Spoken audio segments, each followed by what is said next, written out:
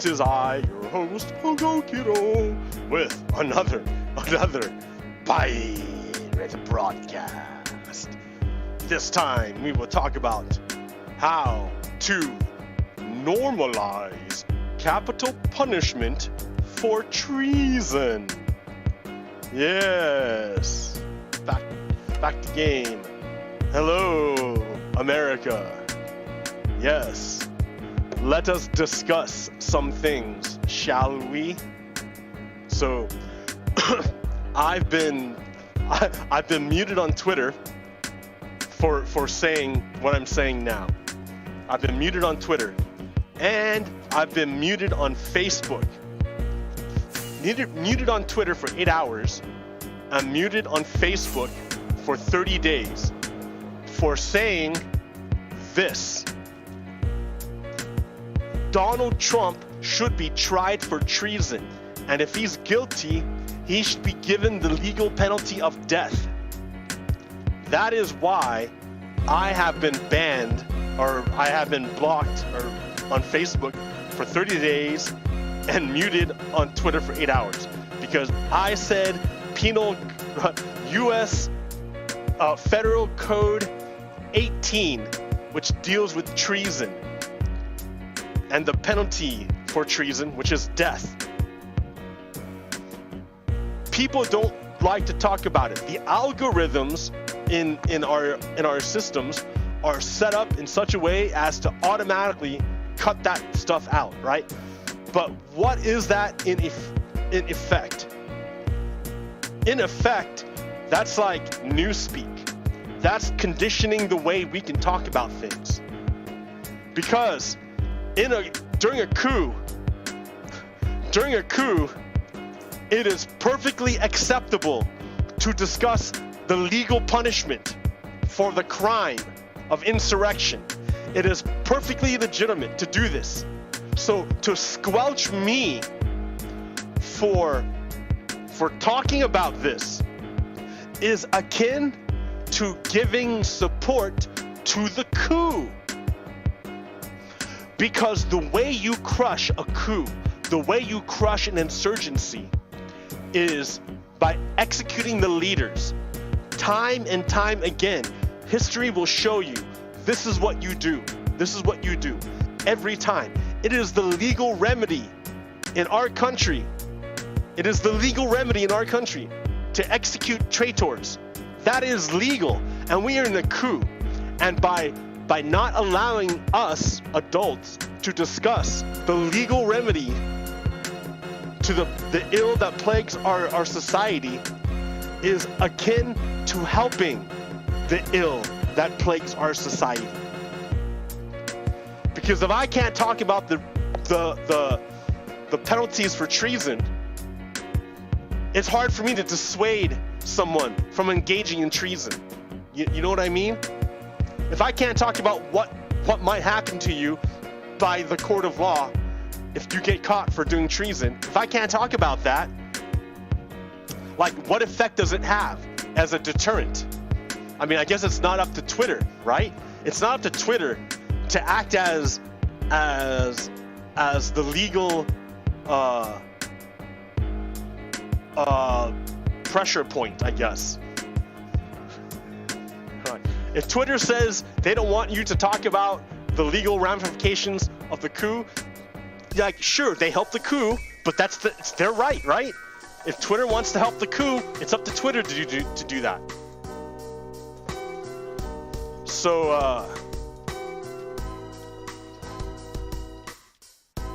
yeah.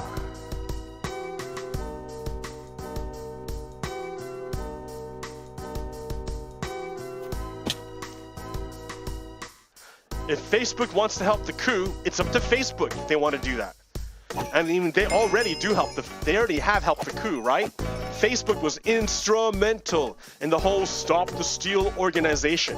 It was instrumental, and it was instrumental in spreading the Q craziness. Without Facebook, like, it couldn't have happened.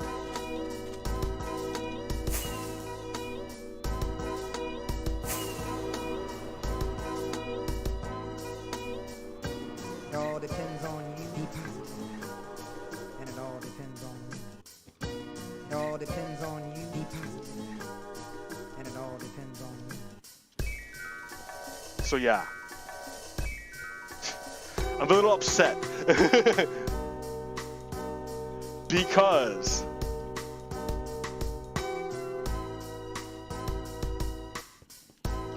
I want to light this up, but I don't know how to do it. I can't put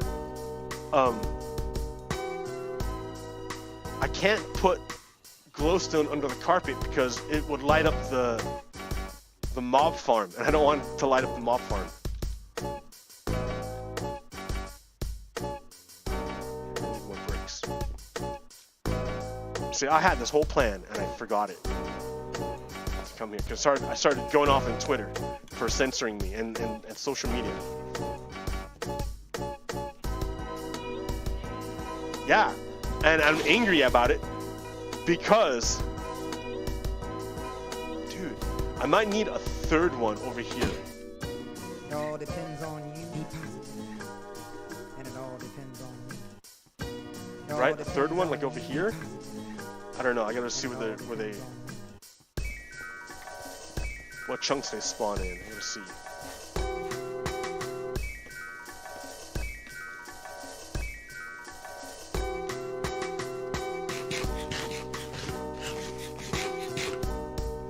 Okay.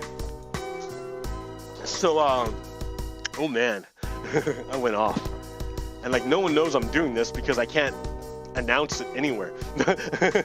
I mean, it doesn't matter because no one watches it anyways. But yeah, it made me angry. That made me angry. It makes me angry because Donald Trump is a traitor. Why can't we discuss the legal ramifications of treason? I think Donald Trump is very afraid of death. And it would work. I mean, it's just social.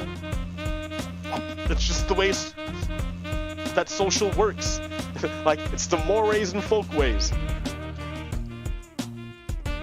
Like, it's a deterrent. The fear of death is what stops you from like jumping off of an airplane without a parachute, or even with a parachute. Like,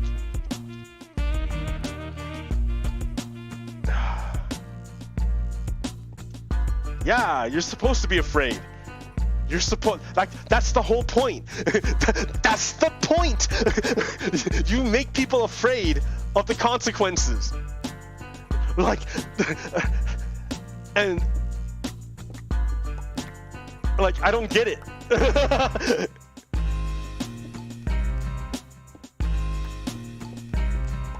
I don't get it. Like, Twitter doesn't want people to be afraid of the consequences of treason? Is that how I should interpret it?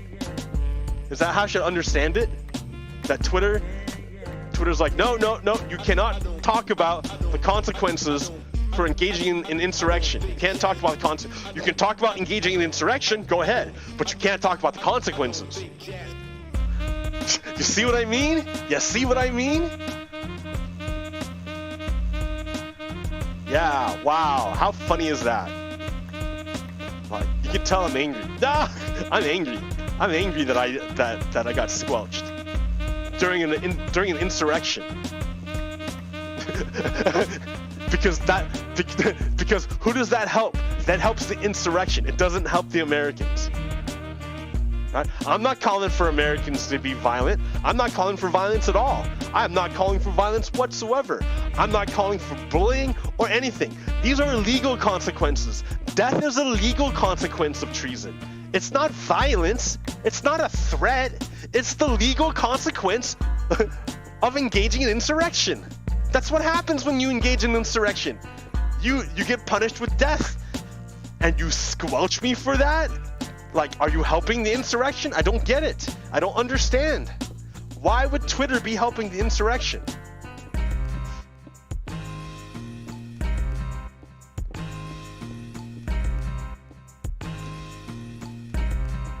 Right, and I hate it because no one's gonna hear me.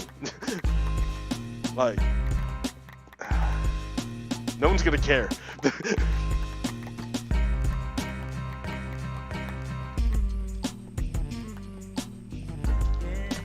Rage.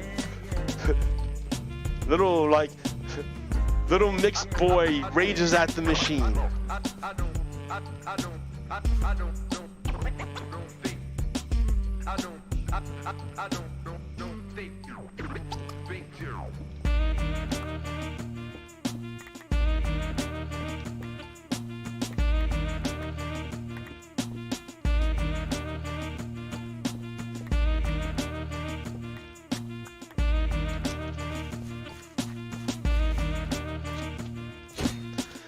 Yes, because that is what we're dealing with. I mean, that's the crux of the matter.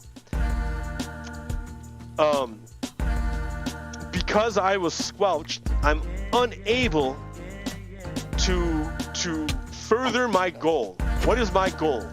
My goal is the normalization of capital punishment for treason. That is my goal. I want it to be normal to think of capital punishment as a consequence of treason. Because treason is such a serious offense. It's such a serious offense. I'm a pretty like life-affirming person. Like I want to help life thrive as much as possible, like when I can. And I want to preserve human life whenever possible. But when it comes to treason, that's a crime. And you have to understand the historic consequences of failing to deal with that kind of crime. Sedition and treason is way, way, way worse than murder. It's way worse than murder. Even the bomber dude, even the suicide bomber who bombed Nashville, even that guy, if he didn't suicide bomb himself, and even if he killed a bunch of people, yeah, that's bad, but it's not treasonous. Treason is a betrayal. It's a betrayal of the highest order.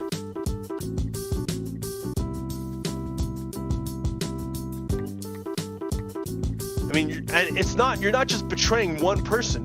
You're betraying the whole country. The whole country. Every single person. And not just the people, not just the citizens, not just the 370 million people who are alive now, but all those people who fought and died for this country. You betrayed them. Their memory, what they died for, what they gave. They gave everything, and you piss on it by betraying them. That's treason. That's treason. Betraying your ancestors. Betraying the blood that's already been spilled. And making that treason makes the payment of blood meaningless, worthless.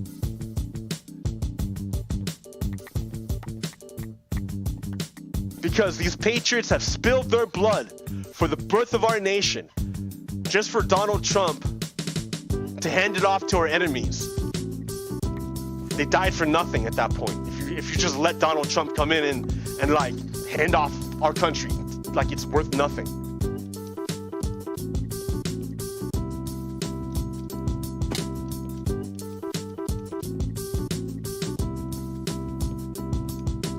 I mean, I don't know how to describe it. I don't know.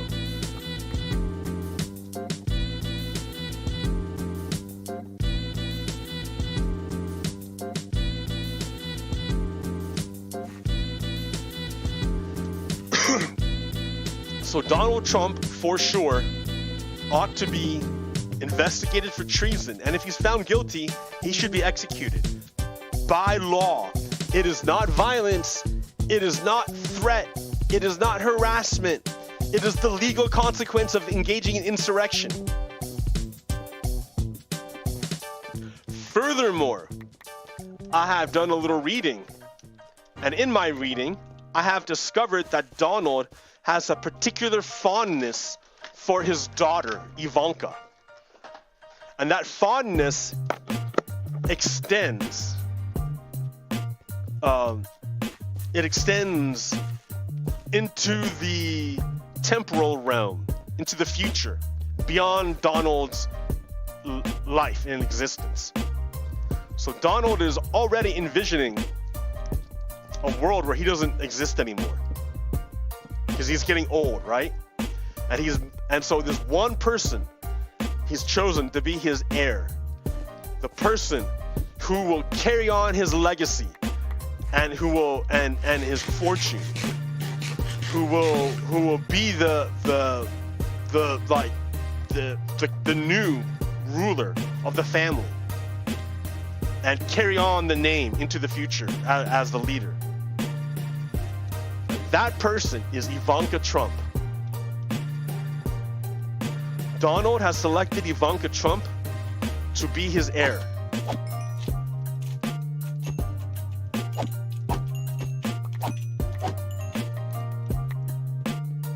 So, any treason that Donald has engaged in, undoubtedly, Ivanka is involved as well. Therefore, it is incumbent upon law enforcement agencies to investigate Ivanka Trump for treason as well, because if she's guilty, she must be executed per law.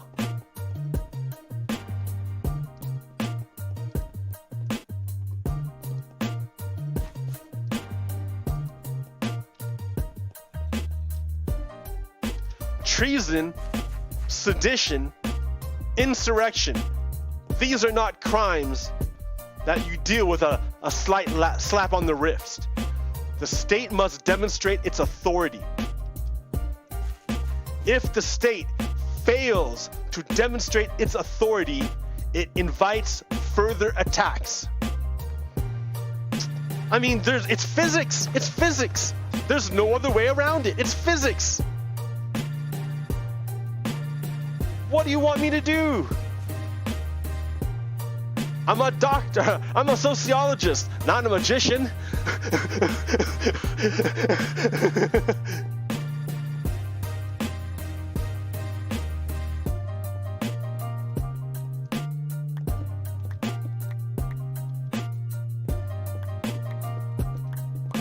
If the state doesn't demonstrate its authority in suppressing an insurrection, it will invite further attacks. Further attacks means further violence. Further violence means further bloodshed. Further bloodshed means further human suffering. And I want to reduce human suffering. The way you reduce human suffering in this instance is by crushing the insurrection. The way you crush an insurrection is you execute its leaders. Facts. Facts. Thems are facts. I'm not being a dick. Thems are facts.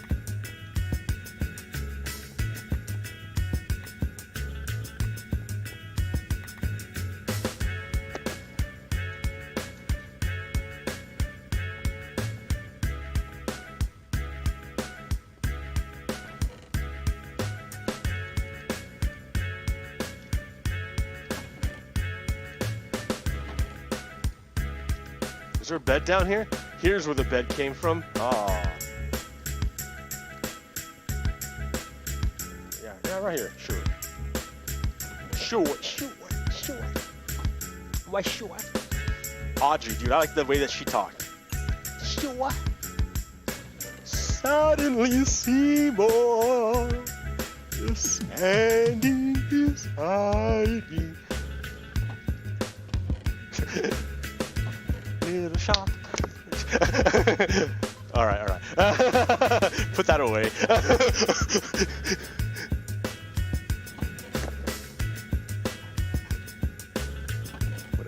Whatever. No one's watching. That's cool. Dance like no one's watching. I wrong.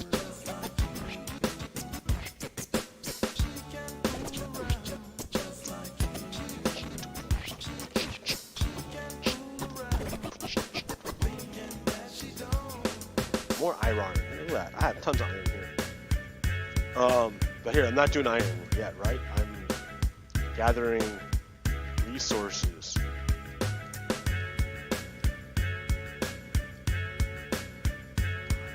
Okay. Yeah, I'm doing mindless digging is what I'm doing. Because I was talking about stuff, which I totally forgot where I was at now. Oh yeah, why we must execute Donald Trump for treason if he's guilty. Not otherwise, right? You can't do it otherwise. You cannot. You cannot just go up and murder Donald Trump.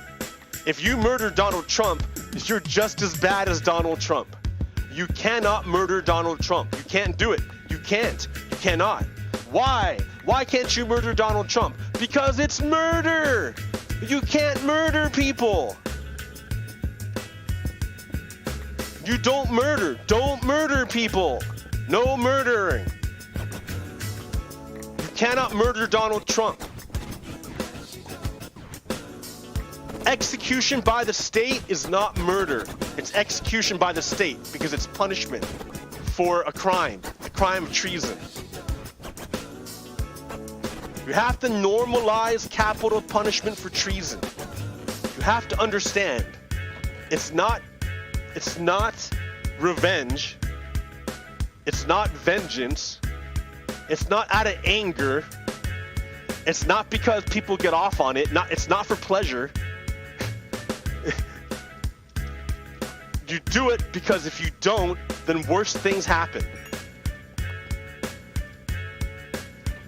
We have been forced into the situation. We're forced.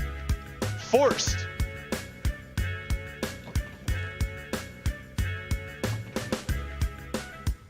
Like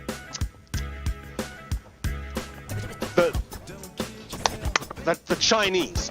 The Chinese have already made a movie about this. The Chinese made a movie about this. The movie is called Hero. And it's in Rashomon style. Rashomon.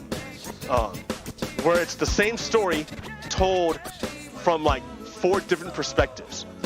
So it's pretty cool, right? That's cool. Oh man, I gotta fix that.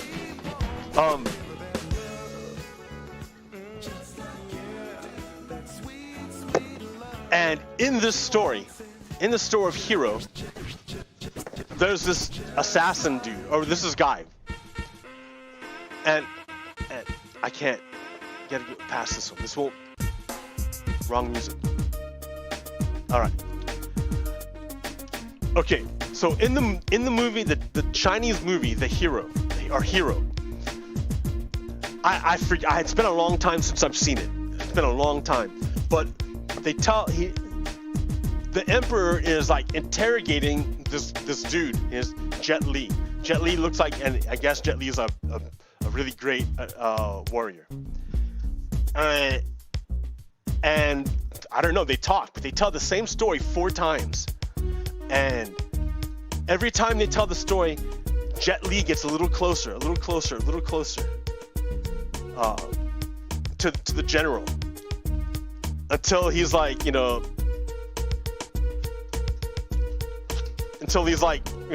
general is that guy right there, and I would be Jet Li.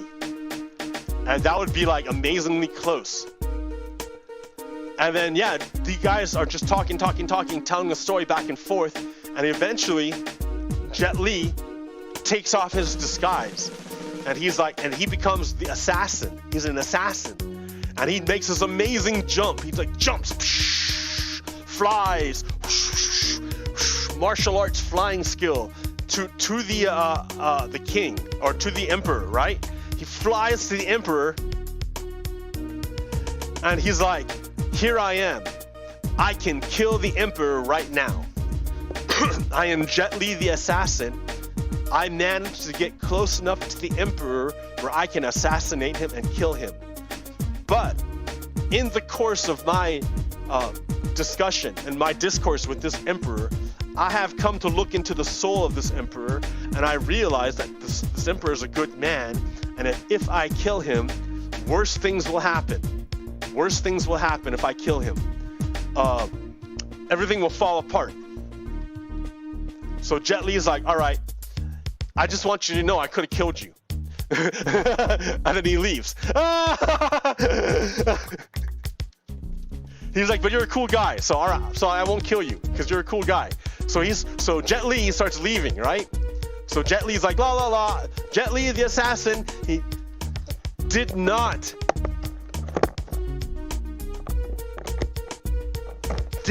kill the Emperor. Jet Li, the assassin, did not kill the Emperor. So he's walking away, right? But now the Emperor is standing there. He's like, holy crap, I almost died. I had this like 2-hour-long conversation with an assassin, and he almost killed me. And then all the advisors for the Emperor, they all come around. There's like hundreds of them. They all come around, and they all say the same thing. All hundreds and hundreds of advisors all come to the Emperor and say the same thing. They say, Emperor, you cannot allow this assassin to live.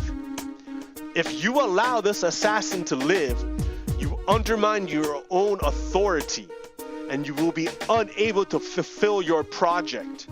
Because Emperor, we need you to be strong. We need you to unite the people. We need you to be strong. And if you let him go, then you're showing the factions that you're weak, that anyone can flout the law and they'll get away with it. Emperor, you must. And so the Emperor, after having the discussion with the assassin, realizes or understands that the assassin is a good man. And the assassin didn't actually hurt him. The assassin didn't actually do anything, right? He didn't actually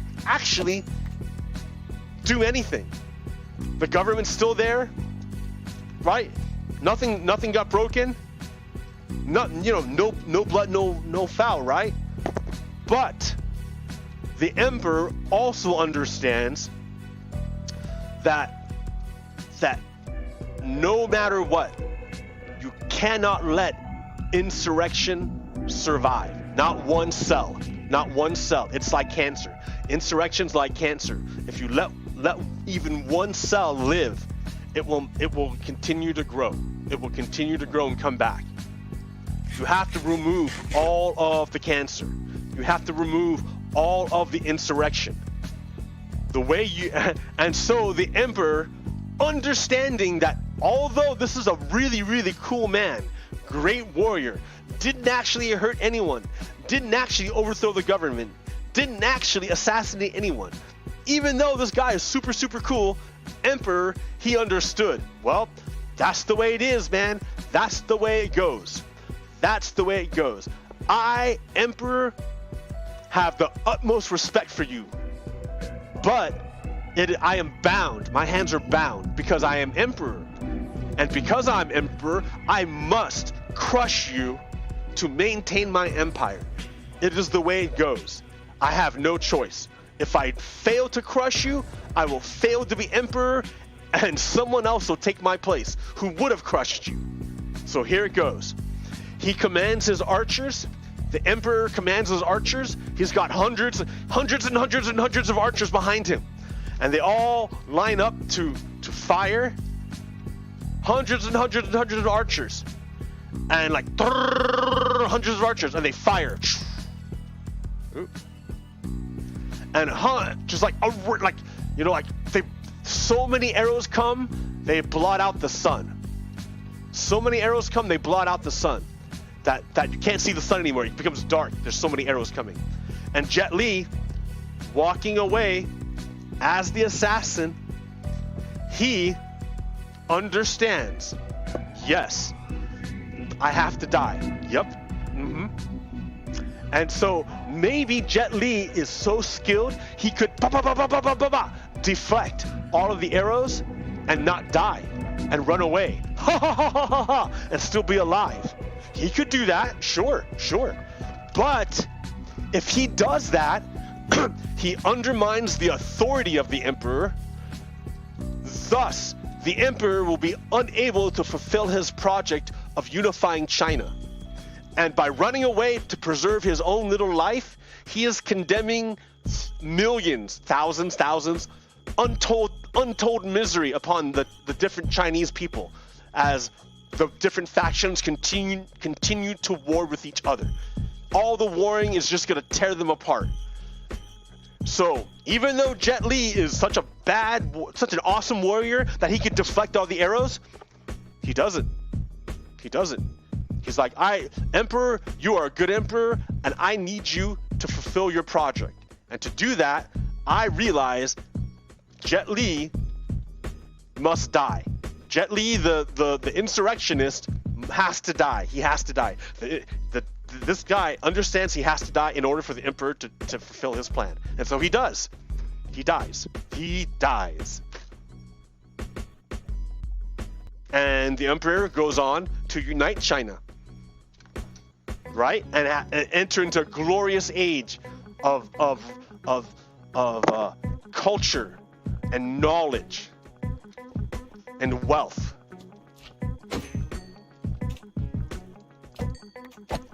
So you can look at it from the Chinese perspective, and I love the Chinese perspective on this instance. The Chinese perspective shows us how power must be exercised. You can go talk to Machiavelli, the prince. He'll be cold-blooded about it. I don't know enough Machiavelli to really talk about it, so I don't know.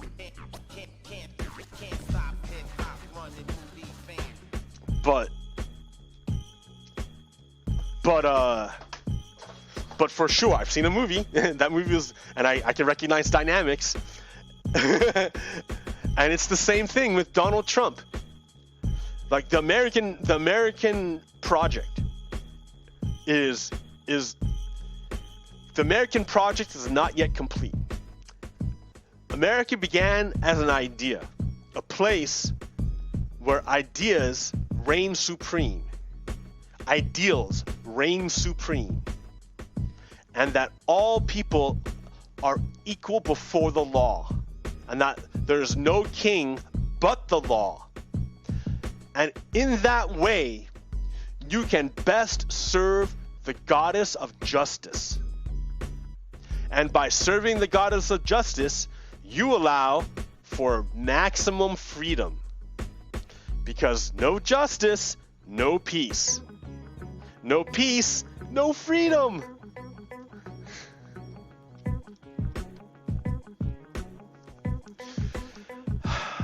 So we're okay. Now, I hope I don't sound like a dick. I probably do. But like, I don't know. I've been saying this so many times, and I don't even know if I'm even talking to anyone. If I had someone to talk to, I would be less of a dick, I think.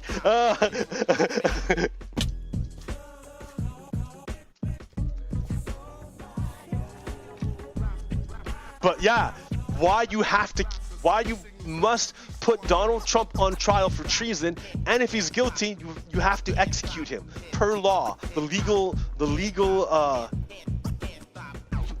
It's the legal punishment for death. And now here's the other problem. Now, if it were just straight up treason and sedition, or if it were just sedition, if that's where the only thing we were talking about, if the only thing that we cared about was that Donald Trump was trying to take over the government and overthrow the government, if that's all we cared about, then okay, fine, then you know, whatever. But no, it got worse. It got way worse. Hold on.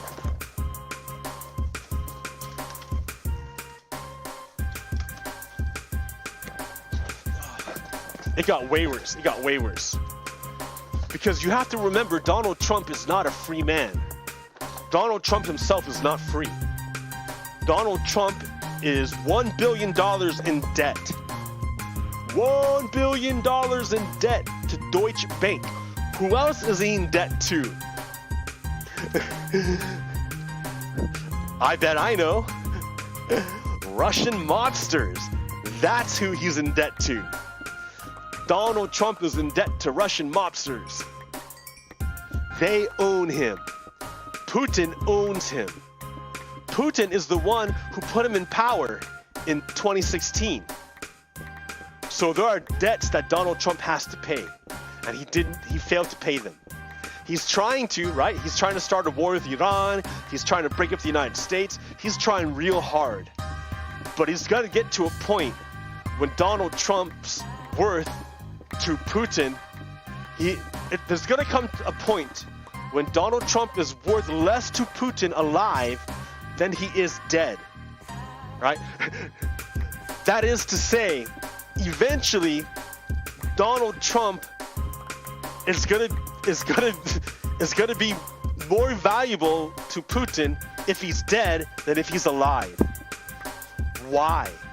Because if Putin can murder Donald Trump, he will claim that as a big PR victory. He can carry that around the world, like to say, yeah, I assassinated an American president, an ex-American president. Like, rah, rah, rah, rah, rah. They never got to take him to trial. I used him and threw him away when I was done with him. So that's the other thing that we have to look at. Right?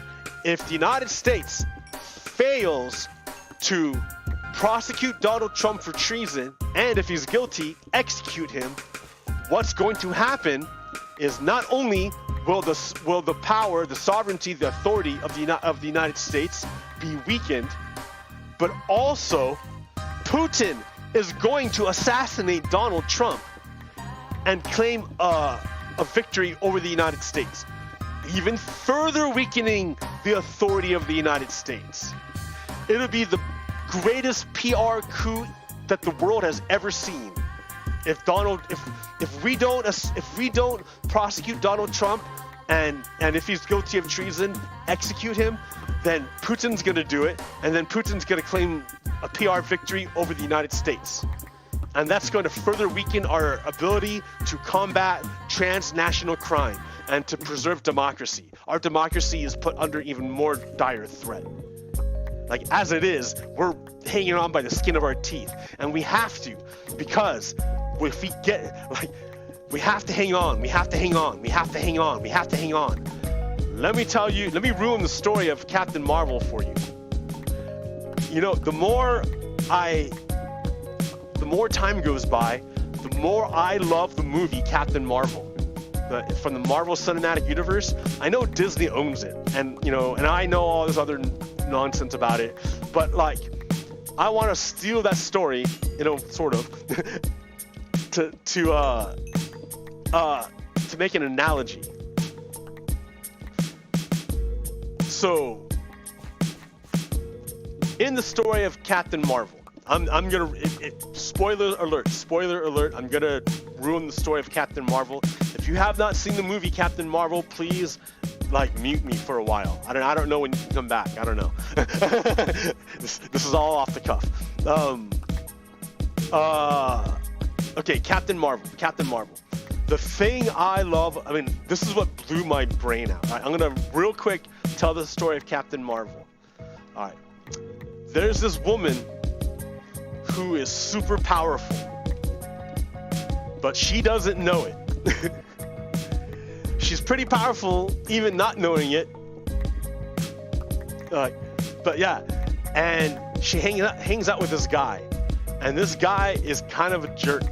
This guy's a mega jerk. He controls her a lot. He controls her.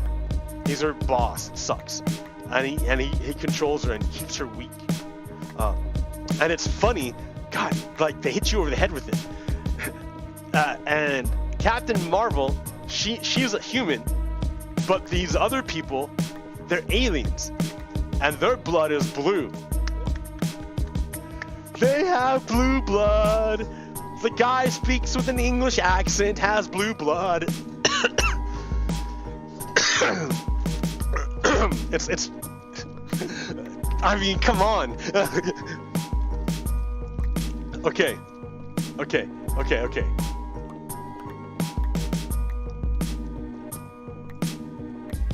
And then Captain Marvel,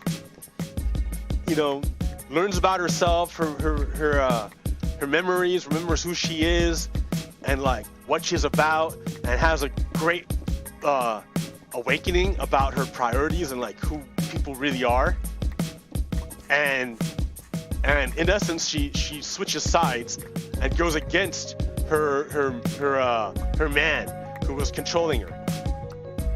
And at one point, Captain Marvel is under extreme mental duress.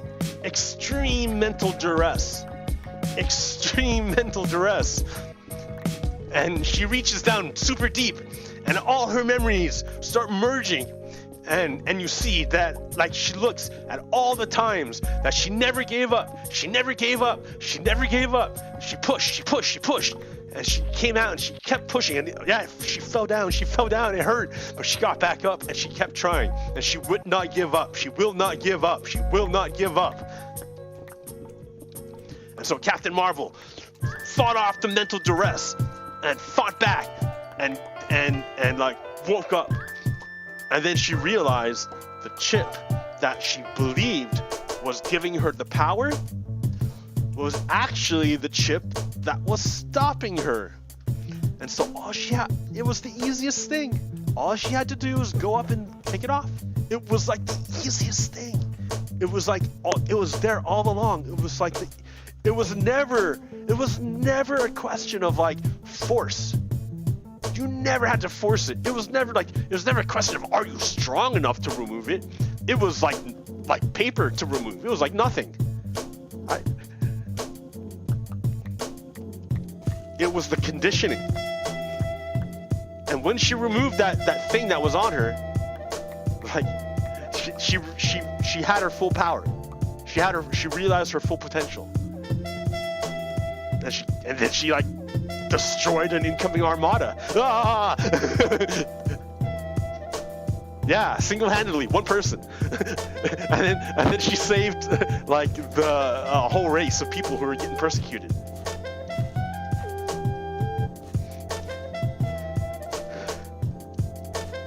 So, here's where I hook up. Here's how I hook that up, right? I mean, they already hit you on the head.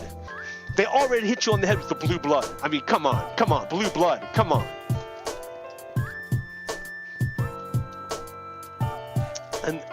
And the thing that made her realize who she was her going through her memories of and then realizing, well, who is she? Who is she? Because when we meet her at first, she doesn't have all her memories.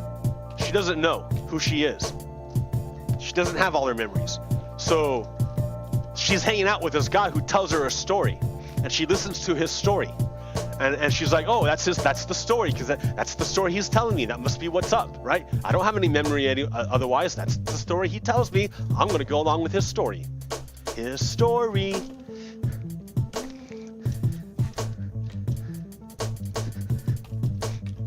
But she gets her memories back. And as she realizes who she is, as she gets her memories, she remembers how strong she is. And how she never had help. She did it on her own. It was never the guy who helped her. It was always on her own. It was always her. It was never the dude. It was always her.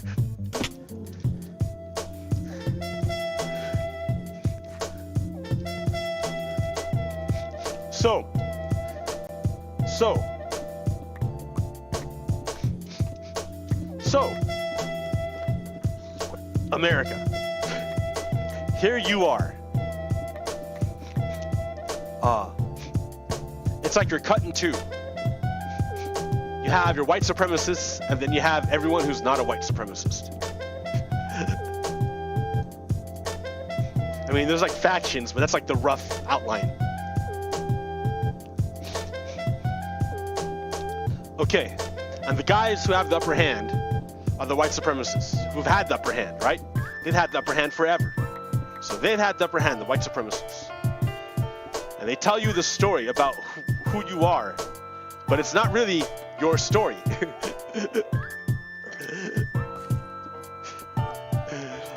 You have to go find your story, because the story they tell you is not the story that happened. And so you go look for your story. And then you find your story. And then as you learn your story, you learn who you are and your part in that story.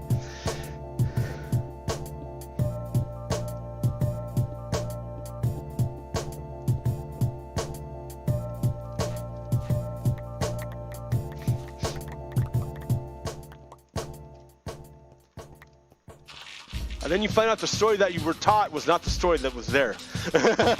But you've been given the wrong story. And so we come to the United States.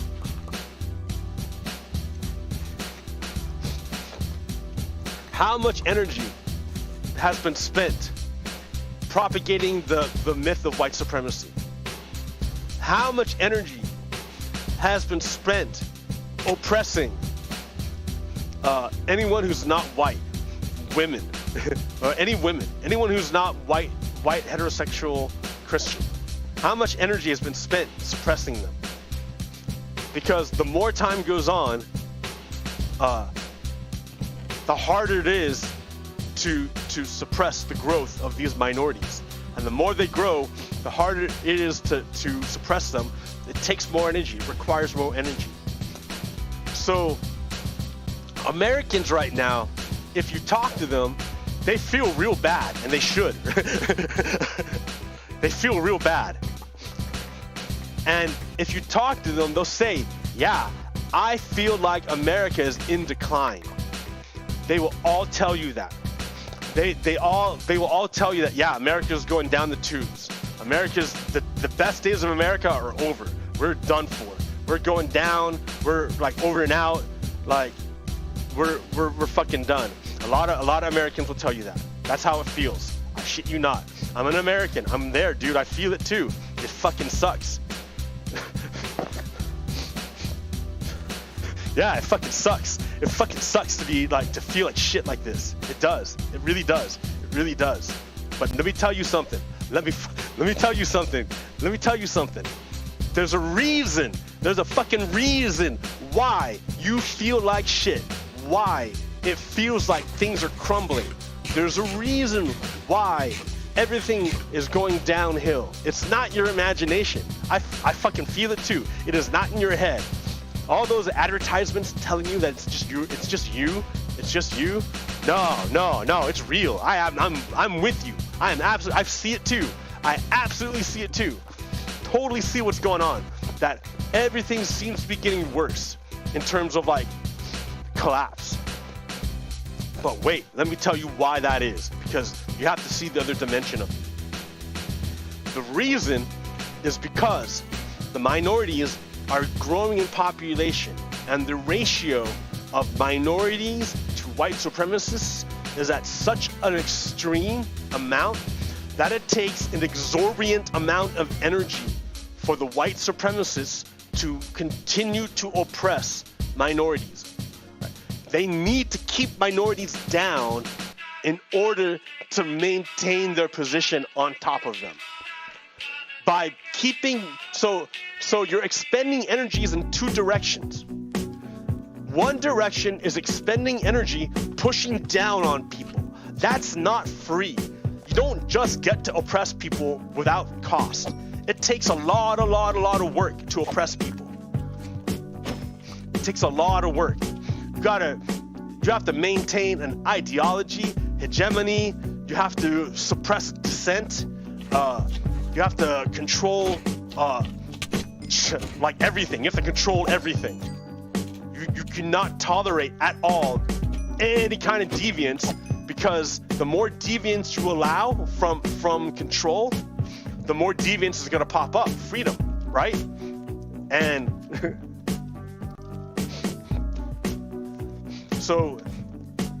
and white supremacy is not for freedom, it's for white supremacy. White supremacy is not freedom. White supremacy is very, very, very, very rigid. It's very rigid. Let's go look at white supremacy. Let's go look. Hey, look over there, there's white supremacy. It's very rigid. You must maintain this structure. It takes a lot of work to maintain this structure. You gotta keep all these masses of people down.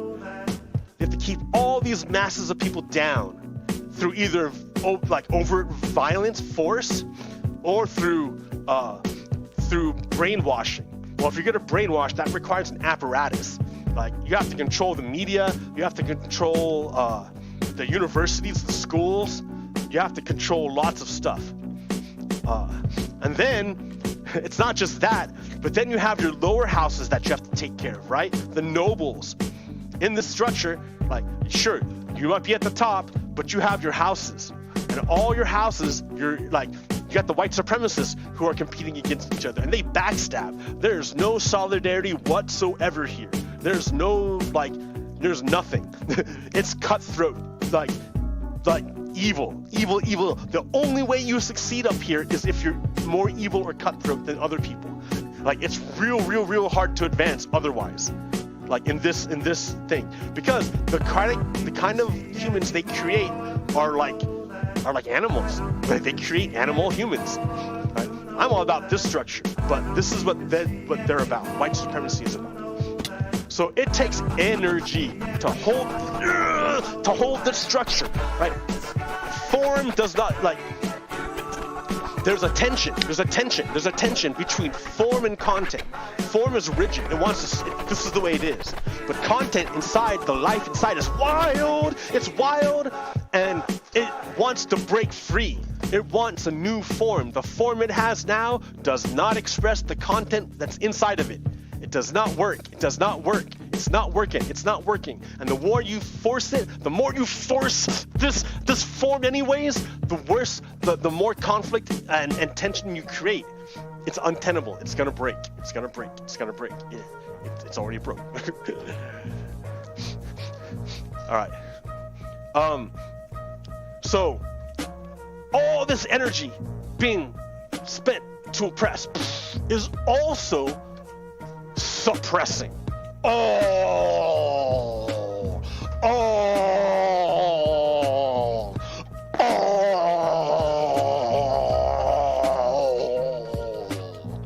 This potential. All this potential. I can't even describe to you the amount of potential that's suppressed. I can't. Iceberg maybe is your best idea of it.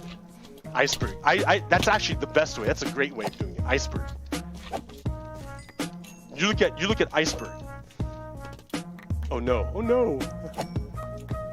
You look at iceberg.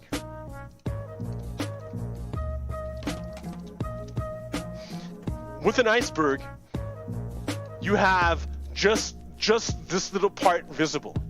But the vast majority of the iceberg is underwater. The vast majority. The same thing here, right? You can go over here and be like, oh yeah, Elon Musk, he must be a real special guy, right? Because he's a billionaire, he must be real special. No. Elon Musk is no different than you or me. He's not dumb, but he's not super genius smart. What he has are resources. That he has access to resources. These people have access to resources that everyone down here does not have. You cannot touch, but these guys can. So all their energy is spent not creating SpaceX or Tesla, but on surviving and generating energy for this guy up here. It's not put back into them to develop themselves to make them into the next Elon Musk. No, it's stolen from them. It's stolen from them from the structure of society, and they are oppressed from the forces pushing down on them, doubling their pain. So it's exponential oppression. I don't know how to describe it. Exponential oppression. But it's untenable. It's not gonna hold. It can't hold. It's breaking already. We already saw it happening during Black Lives Matter, during the summer, when white Americans started finally realizing the oppressive structure that was killing Black Americans. White Americans finally noticed that Black Americans were getting murdered all the time. They finally noticed. The white people. They finally noticed, which is great. I'm all for it. You know why they noticed? Because the internet. The internet, I'm telling you, the internet is a macro neural system, neural network, nervous system. It's a macro nervous system. It's a social nervous system. It's how I'm able to feel the pain of Minneapolis, even though I'm nowhere near it. And if I had to get a newspaper, I'd be out of luck. Like, it's only because of the internet that I even know about it, and communication, wireless communication. There's an aspect of us needing to mature or to develop the material world enough to be able to manifest these higher ideals that, once we were able to make the internet, white people could understand what Black people were going through. It could not have happened any sooner. Maybe it happened in other countries, and maybe, but I don't know, right? They had a pretty, with mass media, they had that, even with mass TV, they had that clamped down hard. They had gatekeepers everywhere. It wasn't until the internet that things really broke out. Like Napster. Napster is what got me into MP3s and music, even at all. Like music. And music is amazing. What a great art. I love music. All right. But yeah, you need the material basis before you can have the consciousness, right? So, you can't have a thinking human until you have a brain for it. If there's no brain, then you can't have human consciousness. Right? You need the material basis. So on the macro, the social level, you need the internet before white people could understand or could feel the pain of Black people. I mean, they could feel it, but not on the massive scale that you need for social movement. They can feel it on the individual level, for sure, certainly. But on a massive scale, enough to overcome the conditioning of white supremacy, yeah, you needed the internet to overcome it. The free flow of information is what managed to overcome it.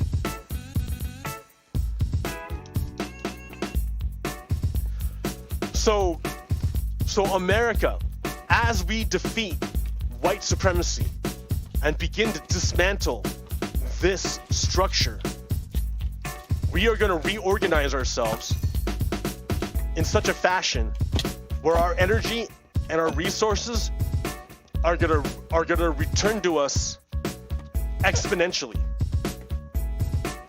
and our power is gonna be insane. Like, our power level is gonna be insane. I don't mean power level like in terms of arms, because that's dumb. In terms of violence, that's dumb. I mean power level in terms of like everything. I don't know. Maybe guns. I don't know. But that's like a not even important aspect. Like, more important is like we need to create fusion or we need to like make energy free for everyone. We have to do it. That will stop the conflict in a lot of the world if we can just make free energy. But to make free energy, you necessarily destroy the United States. So that's an interesting thing. I wonder how much white supremacy is tied to oil. Or if not white supremacy, just like fascism in general is tied to oil. Because I know Russia is a fascist state, as a mafia state, and they're oil.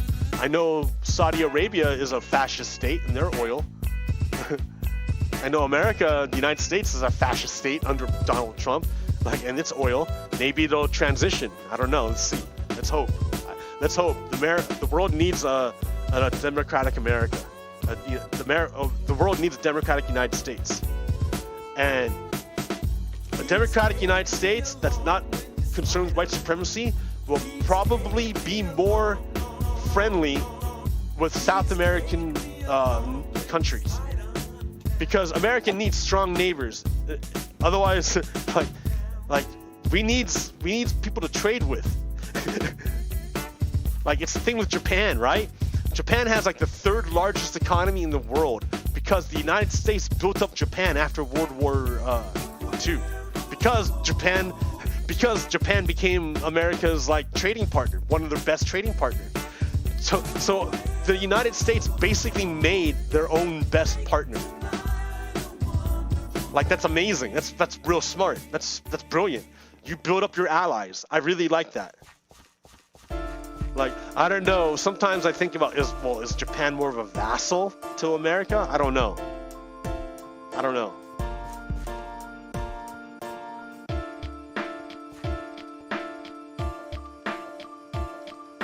I mean, I don't know how America could or at all influences internal Japanese decisions.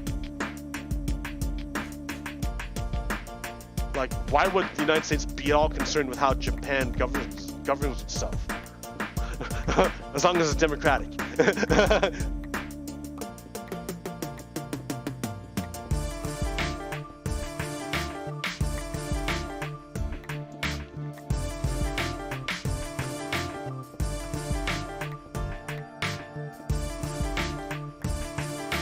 Don't be oppressing your people, Japan, but like, yeah, if you're democratic, that's cool. Do what you like. All right, so wow, I was flying there for a bit. So the United States is like Captain Marvel in that once we remove white supremacy and we begin to dismantle the white supremacy power structure and aim those energy flows back into the community, back into the environment, back into our society, it's gonna create amazing growth.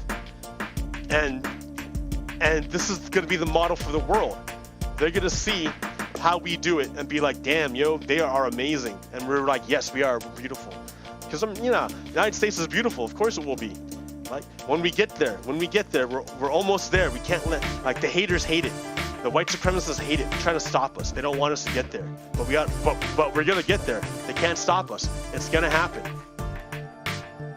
It's inevitable. It's inevitable.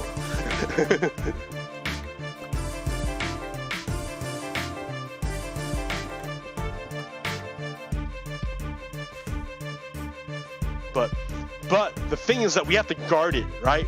Here's the other, that's the danger, right?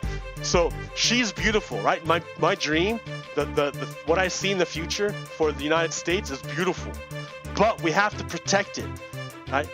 Because there are monsters coming to kill her, and we have to protect her. And the way we protect her is we kill. I'm sorry. Here, let me here. How do we? No. The way we protect her is we find the leaders of the coup, of the insurrection, and we prosecute them in a court of law. And if they're found guilty of treason, then we need to give them the penalty of the legal penalty of death. We need to do this not out of bloodlust or revenge or vengeance, but because it's required to preserve the authority of the state. Failing to apply the penalty of death to the leaders of the insurrection will invite more insurrection.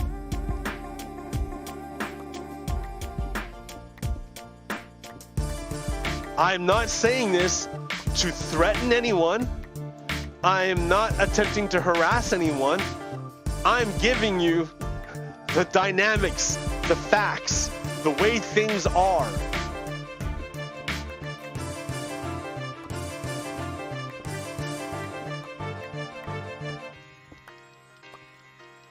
All right, America. When I'm unmuted, I will spread this video. Until then, next time, this is PoGokeRo out. Peace.